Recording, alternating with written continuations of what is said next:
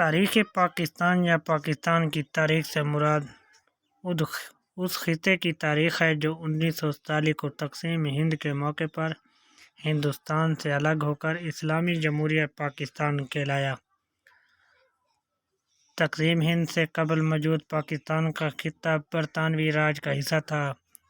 اس سے قبل اس خطے پر مختلف ادوار میں مختلف مقامی بادشاہوں اور متعدد غیر ملکی طاقتور کا راج رہا۔ قدیم زمانے میں یہ خطہ برصغیر ہند کی متعدد قدیم ترین مملکتوں اور چند بڑی تہذیبوں کا حصہ رہا۔ قابل تاریخ سامانیہ زہری پیپلیتھک اچولین کی آثار قدیمہ کی ثقافت ہے۔ اس کا نام جدید دور کے اسلام آباد راولپنڈی کے قریب شیوالک پہاڑوں میں واقع وادی سون کے نام پر رکھا گیا۔ اڈیالہ اور خاکسالہ میں راولپنڈی سے تقریباً 16 کلومیٹر دور دریائے سوان کے موڑ پر کنکری کے سینکڑوں کناروں کے اوزار دریافت ہوئے۔ مارگڑھ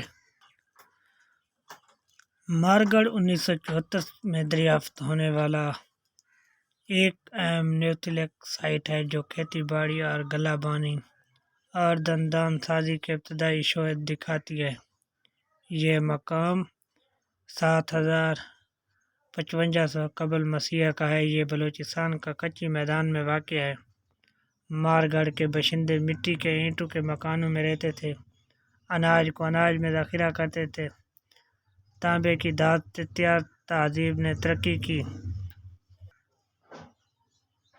2600 سے 5500 باشندوں نے دستکاری میں مشغول ہونا شروع کر دیا،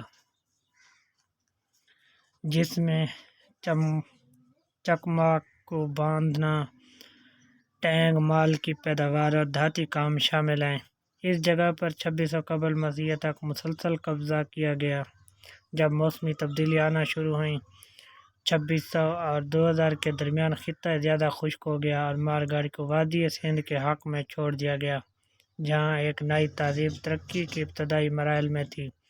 وادی سندھ میں کانسی کا دور 3300 قبل مسیح کے قریب وادی سندھ کی تہذیب کے ساتھ شروع ہوا۔ قدیم مصر اور میسوپوٹیمیا کے ساتھ ساتھ یہ پرانی دنیا کے 3 ابتدائی تہذیبوں میں سے ایک تھی اور 3 سب سے زیادہ پھیلی ہوئی تہذیبوں میں سے ایک تھی، جس کا رقبہ 1.25 ملین کلومیٹر ہے۔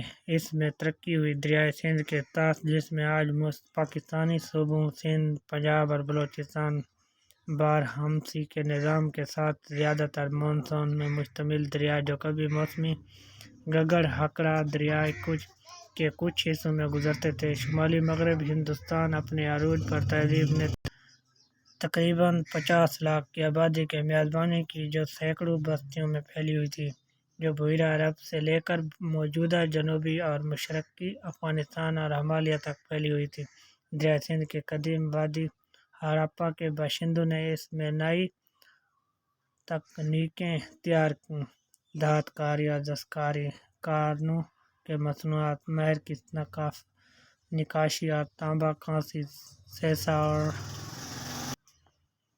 اور ٹن تیار کیے۔ پختہ سندھ کی تہذیب تقریباً 2600 سے 1900 تک پروان چڑھی، جس سے وادی سندھ میں شہری تہذیب کا آغاز ہوا۔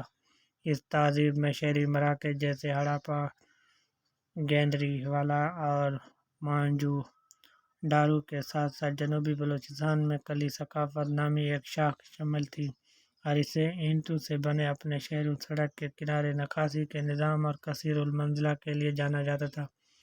مکانہ تخیل کیا جاتا تھا کہ اس میں کسی قسم کی میونسپل تنظیم بھی تھی۔